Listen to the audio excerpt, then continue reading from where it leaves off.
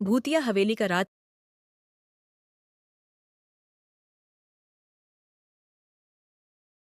Subscribe करना ना भूलें।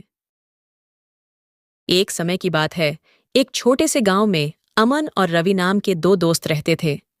गांव के किनारे पर एक पुरानी उजड़ी हुई हवेली थी, जिसे लोग भूतिया हवेली कहते थे।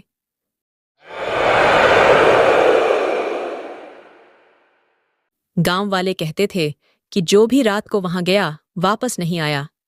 पर अमन के मन में जिज्ञासा थी, क्यों ना उस हवेली में जाऊं और उस हवेली का राज पता करूं, जिसे लोग भूतिया हवेली कहते हैं।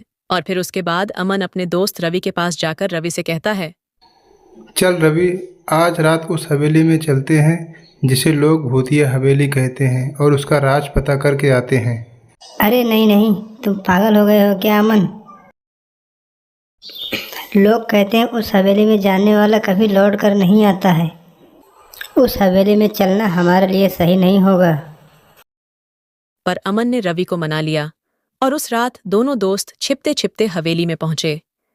हवेली में घना अंधेरा था और सन्नाटा पसरा हुआ था। हर कदम के साथ उनके दिल की धड़कनें तेज हो रही थीं। अचानक उन्हें एक बूढ़ा आदमी दिखा, जो हवेली के एक कमरे में बैठा हुआ था। बाबा, आप इस हवेली में अकेले क्या कर रहे हो?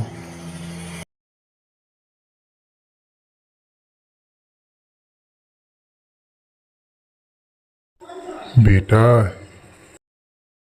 ये हवेली कभी मेरी थी। यहाँ मेरे बेटा और बहू रहा करते थे, लेकिन लालच और धोखाधड़ी ने उनको हमसे छीन लिया। अब मेरी आत्मा इस हवेली में अटकी हुई है। मैं यहाँ भटकता रहता हूँ, क्योंकि मैं चाहता हूँ कि लोग समझें लालच का नतीजा क्या होता है। मैं यह संदेश सबको पहुँचाना चाहता हूँ। बूढ़े आदमी ने अपनी कहानी सुनाई कि कैसे लालच के कारण उसकी बहू और बेटा एक दुर्घटना का शिकार हुए। उस समय से उसकी आत्मा यहाँ भटक रही थी, ताकि लोग समझ सकें कि रिश्तों में विश्वास सबसे महत्वपूर्ण है। लालच इंसान को अकेला कर देता है। अमन, जल्दी यहाँ से चलो, मुझे यहाँ से जाना है। मुझे यहाँ डर लग रहा है। जल्दी चलो यहाँ से, यहाँ कुछ तो गड़बड़ है। बाबा, हम आपकी कहानी सबको बताएंगे। आपका संदेश सब लोगों तक जरूर पहुंचाएंगे। आप चिंता ना करें। अगली सुबह अमन और रवि ने गांव के लोगों को भूतिया हवेली के पीछे की असली कहानी बताई। वे कहते हैं कि हवेली में कोई भूत नहीं, बल्कि लालच की सजा की एक कहानी है। गांव के लोग उस दिन से हवेली में जाने से नहीं डरते और लालच से दूर रहकर जीवन जीने का प्रयास करते हैं।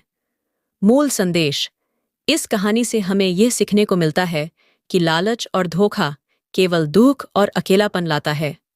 रिश्तों में विश्वास और सच्चाई ही सबसे बड़ी संपत्ति है।